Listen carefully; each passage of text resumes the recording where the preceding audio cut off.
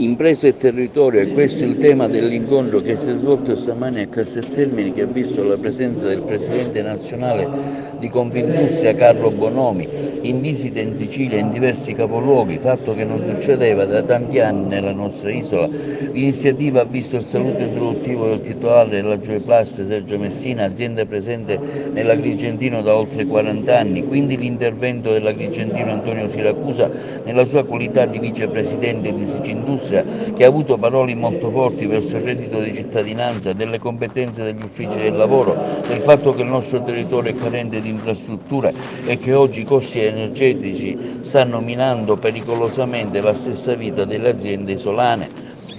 che operano in una realtà complessa e difficile, tracciando un quadro dettagliato delle emergenze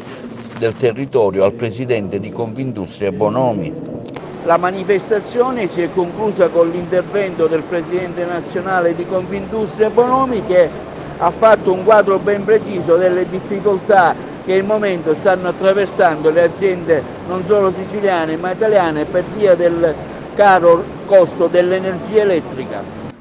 E purtroppo ci scontriamo con qualcosa che è stato definito su questo palco ostile, la burocrazia. Una burocrazia folle, una burocrazia che ha degli esempi, e ne cito uno su tutti perché è veramente proprio esemplificativo di come in un momento in cui il Paese sta vivendo una grave crisi, che è quella dell'emergenza energetica, si chiede qual è il colore della nave che deve essere messa a Piombino. E a Piombino, per avere l'ok, ci sarà una commissione di 44 enti. Ecco, io credo che non è questo l'esempio di quello che noi abbiamo bisogno. Non cito voi il CTS, lo conoscete benissimo, ma ci sono tante cose che invece possono aiutare i temi di competitività. Di contribuzione Sud, si è citato su questo palco, Industria 4.0, ma ce ne sono tanti altri. E quindi grazie, io vi ringrazio come presidente di Confindustria per tutto quello che fate ogni giorno, con coraggio, perché siete voi, sono gli imprenditori italiani che vi danno la forza tutti i giorni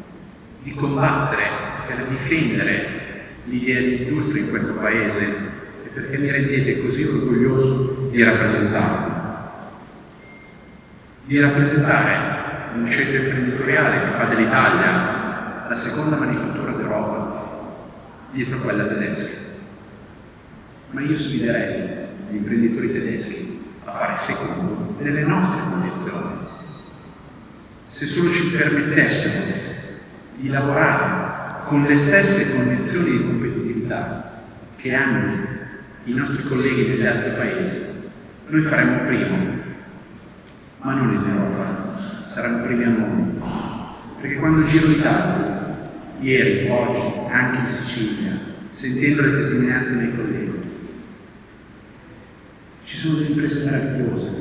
degli imprenditori fantastici, che non si fermano mai, che hanno voglia di investire, che guardano al futuro, che guardano i propri territori e che purtroppo non vengono capiti da coloro che dovrebbero ascoltarli. Perché tutto questo noi non lo facciamo solo per noi, e lo sapete benissimo, lo facciamo per la comunità dei nostri collaboratori, lo facciamo per i territori, lo facciamo per il nostro paese, un paese meraviglioso che noi amiamo. Tutti noi andiamo all'estero, viaggiamo, andiamo magari in aeroporti meravigliosi fatti in marmo italiano peraltro. Poi ritorniamo a casa, arriviamo al nostro aeroporto, non funzionano le scale mobili, non si aprono le porte, ma quando usciamo dall'aeroporto abbiamo di fronte il paese più bello al mondo, che è l'Italia.